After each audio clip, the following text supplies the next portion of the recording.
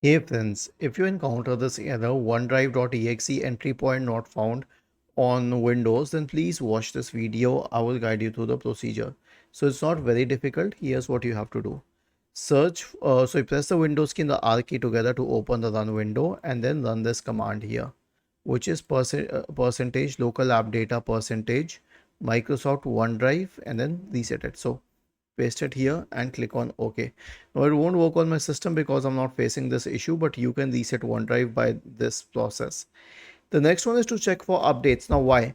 Because even if OneDrive has been reset, you may still face this issue if the latest security updates are not installed on your computer. So right click on the start button, select settings from the menu, go to the Windows Update tab on the list on the left hand side and click on check for updates in the right pane.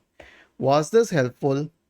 If yes, then please subscribe to the channel. If not, then let us know in the comment section of the video on how we could help you further. Thank you for watching this video and have a nice day.